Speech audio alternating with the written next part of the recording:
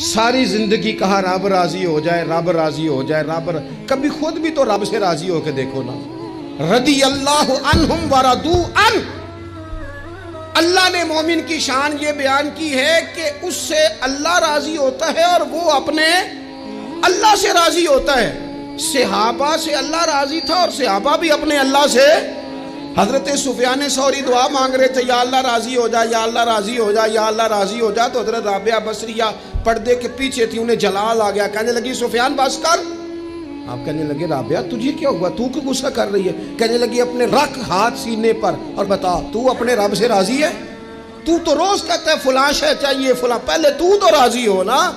فرمانے لگی تو ہی آج تک راضی نہیں، پہلے تو کہہ مالک تو نے جس حال میں رکھا ہے میں راضی ہوں، تو راضی ہو، وہ تو کریم ہی بڑا ہے، تیرے دو آنسوؤں سے بھی راضی ہو جائے گا، تو ہی نہیں راضی ہو رہا۔